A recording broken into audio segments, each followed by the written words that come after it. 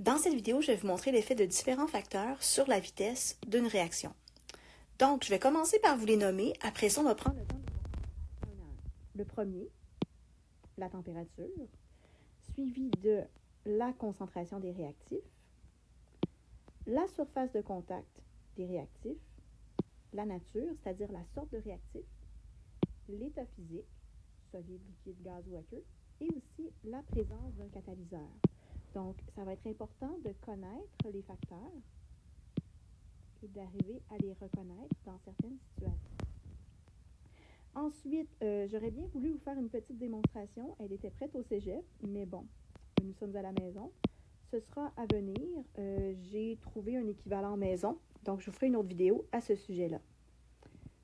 Si on poursuit avec l'analyse des différents facteurs, donc, le premier, la température. Comme on a vu depuis le début de la session, la température est associée à l'énergie cinétique de nos particules. Plus la température est élevée, plus les particules bougent rapidement et plus j'ai de collisions. Donc, plus que j'ai de chances qu'elles soient efficaces. Donc, ce qu'on sait, c'est que lorsqu'on augmente la température, on augmente l'énergie cinétique et la fréquence des collisions, ce qui a un effet sur la vitesse. Maintenant, l'énergie cinétique est reliée d'une certaine manière à l'énergie d'activation parce que l'énergie d'activation, c'est l'énergie minimum qu'il faut franchir pour arriver à compléter une réaction.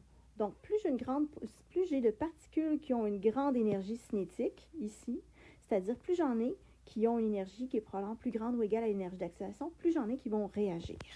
Pour nous aider à comprendre l'effet de la température sur, je dirais, le nombre de particules qui vont réagir, on va regarder le graphique qui est en dessous. Je vais retracer avec vous le graphique, ici, la courbe en bleu. Donc, on se rappelle que le graphique, c'est le nombre de particules en fonction de l'énergie cinétique. Donc, plus j'ai un grand nombre de particules qui ont une certaine énergie cinétique, plus la courbe va être haute. Donc, on voit ici que pour la courbe en bleu que je suis en train de retracer, le sommet est à une énergie cinétique plus basse. Les particules qui vont réagir sont celles qui vont dépasser la barrière que j'ai refoncée ici en bleu, qui représente l'énergie d'activation. Donc, si je vous colore ici les particules qui vont réagir, ce sont celles qui sont ici sous ma courbe. Seulement celles-là qui vont arriver à compléter la réaction. Tandis que si j'augmente la température, je vais aplatir la courbe parce que le maximum ici de ma courbe pour un même nombre de particules va être déplacé à une énergie cinétique qui est plus grande. Donc, ce qui veut dire que je vais avoir davantage de particules qui vont avoir une énergie cinétique plus grande ou égale à l'énergie d'activation, c'est-à-dire que je vais en avoir plus qui vont réagir dans ce cas.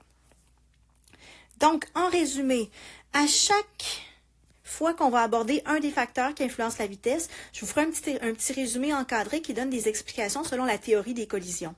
Donc, en résumé, mon facteur, si ma température augmente, l'énergie cinétique augmente, les particules se déplacent plus rapidement et j'en ai plus qui arrivent à obtenir une énergie cinétique plus grande ou égale à l'énergie d'activation. Et en plus, j'ai plus de collisions. Tout ça a pour effet d'augmenter la vitesse de réaction. Prochain facteur qu'on va aborder, c'est la concentration des réactifs. Donc, la concentration, je vous rappelle, c'est un nombre de particules qui est souvent donné en mol par unité de volume.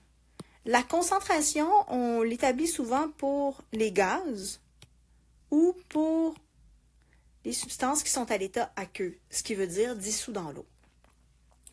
On va regarder un exemple ici associé à la réaction de magnésium solide. Donc là, je n'ai pas de concentration, mais en fonction justement du HCl aqueux.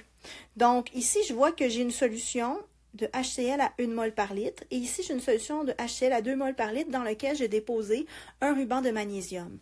On peut voir, juste en regardant les petites éprouvettes, que ici, j'ai un petit peu de bulles parce que je dégage du H2. Et ici, j'ai davantage de bulles. Pourquoi j'ai davantage de bulles dans la deuxième éprouvette? C'est que le HCl est plus concentré. Comme il est plus concentré, j'ai des particules ici, j'ai davantage de particules et elles sont plus près les unes des autres que dans ce cas-ci. Ce qui veut dire que ça va augmenter ma vitesse de réaction parce que tout est plus proche et j'ai plus de collisions.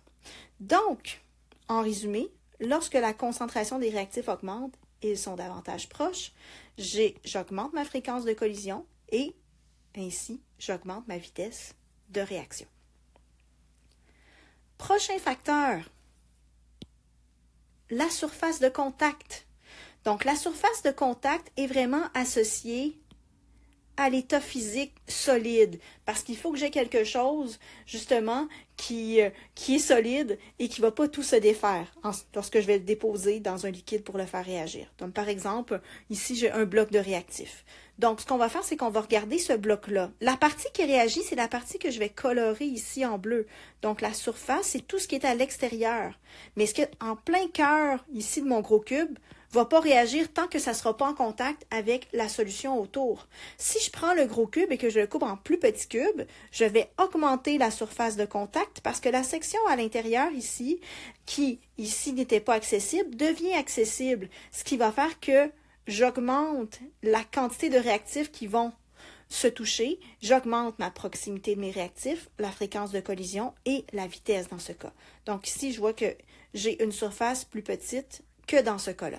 Donc, en résumé, lorsque la surface de contact augmente, mes réactifs sont plus proches. Comme ils sont plus proches, je peux faire davantage de collisions, ce qui a pour effet d'augmenter ma vitesse de réaction.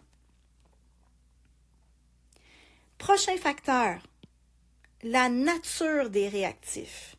Donc, la sorte de réactif. Ici, on va parler de types de réactions. Donc, des types de réactions, ça veut dire des réactions que je pourrais utiliser différents réactifs pour arriver à les compléter. Un exemple, ici, des réactions de combustion où je fais brûler des choses. Je peux faire brûler différentes choses. Je peux faire brûler du bois, comme je peux faire brûler du méthanol.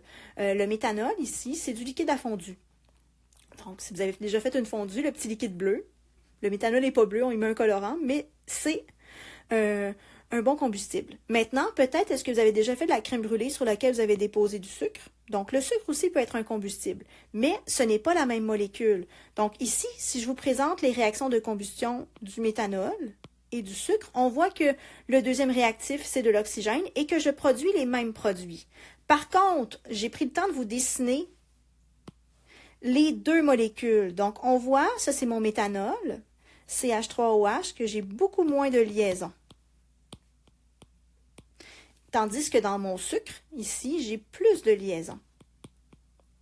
On avait vu que lorsque j'avais plus de liaisons, j'allais avoir une énergie plus grande pour arriver à toutes défaire ces énergies-là dans le chapitre 3. Maintenant, si j'ai moins de liaisons, ça veut dire que j'ai besoin de moins d'énergie pour tout briser ces liaisons-là. Donc, mon énergie d'activation, elle sera plus petite lorsque j'utilise une plus petite molécule, tandis que lorsque j'en utilise une plus grande, l'énergie d'activation sera plus grande. Donc, entre les deux, la première, la combustion du méthanol sera plus rapide parce que l'énergie d'activation sera plus petite. Donc, en résumé, plus j'ai de liens à briser dans une molécule, plus ces liens-là sont forts parce que ce qu'on a vu dans le chapitre 3, c'est que selon les liaisons, on avait différentes valeurs d'énergie. Plus l'énergie d'activation est grande, dans ce cas-là, je vais le mettre en rouge, plus la vitesse de réaction va être petite. Donc, on voit ici que pour le sucre, la vitesse de réaction est plus petite. Et ça serait l'inverse ici pour le méthanol. Plus l'énergie d'activation est petite, plus la vitesse sera grande. Oups, excusez. Prochain élément, l'état physique des réactions. L'état physique, c'est ce qu'on retrouve écrit en tout petit après la description de chacune des substances, donc après la formule chimique. Donc, on peut voir ici que j'ai la même réaction, NaOH plus HCl donne NaCl plus H2O. Maintenant, je n'ai pas le NaOH sous la même forme. Aqueux, ça veut dire qu'il est dissous dans l'eau. Solide, ça veut dire que j'ai des petits morceaux de NaOH, qui est un solide en temps normal. Donc, ce qu'on voit, c'est que la neutralisation du NaOH en milieu aqueux sera plus rapide. Pourquoi? C'est que l'état aqueux versus l'état solide, l'état aqueux a davantage d'énergie cinétique.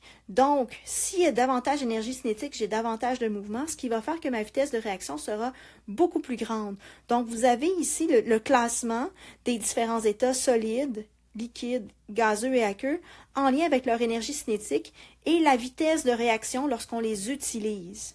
Donc, ce qu'on peut dire, c'est que plus un état physique a de mouvement, donc plus un état physique est associé à une grande énergie cinétique, plus j'aurai de collisions et plus la vitesse de réaction sera grande.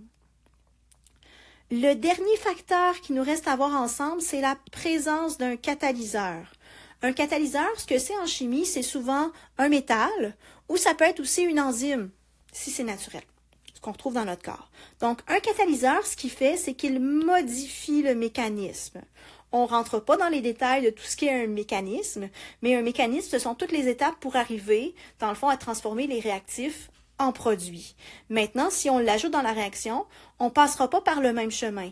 Et le fait qu'on ne passe pas par le même chemin va venir affecter l'énergie d'activation de la réaction. Donc, il va la diminuer.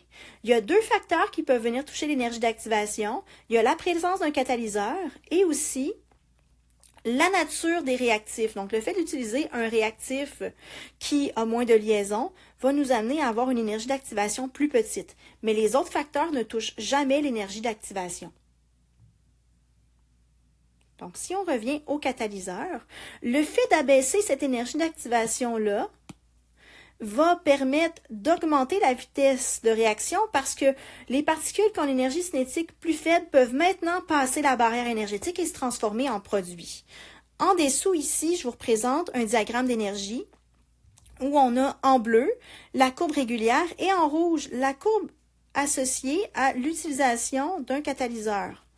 On voit que cette courbe-là ici, j'ai la même énergie pour les réactifs, la même énergie que pour les produits, autant pour la courbe bleue que pour la courbe rouge. La différence, c'est l'énergie d'activation. On voit qu'ici, elle est plus petite. La courbe étant plus facile à monter, plus de particules vont pouvoir réagir. Donc, un plus grand nombre de molécules ont une énergie cinétique plus grande ou égale à l'énergie d'activation. Donc, en résumé, si un catalyseur est utilisé, ça diminue l'énergie d'activation. J'ai plus de particules qui ont une énergie cinétique plus grande ou égale à celle-ci, et ça va augmenter la vitesse d'une réaction. En terminant, je vais faire une petite parenthèse sur les enzymes. Donc, les enzymes, c'est des protéines. OK? C'est des catalyseurs biologiques, donc vous en avez en dedans de vous.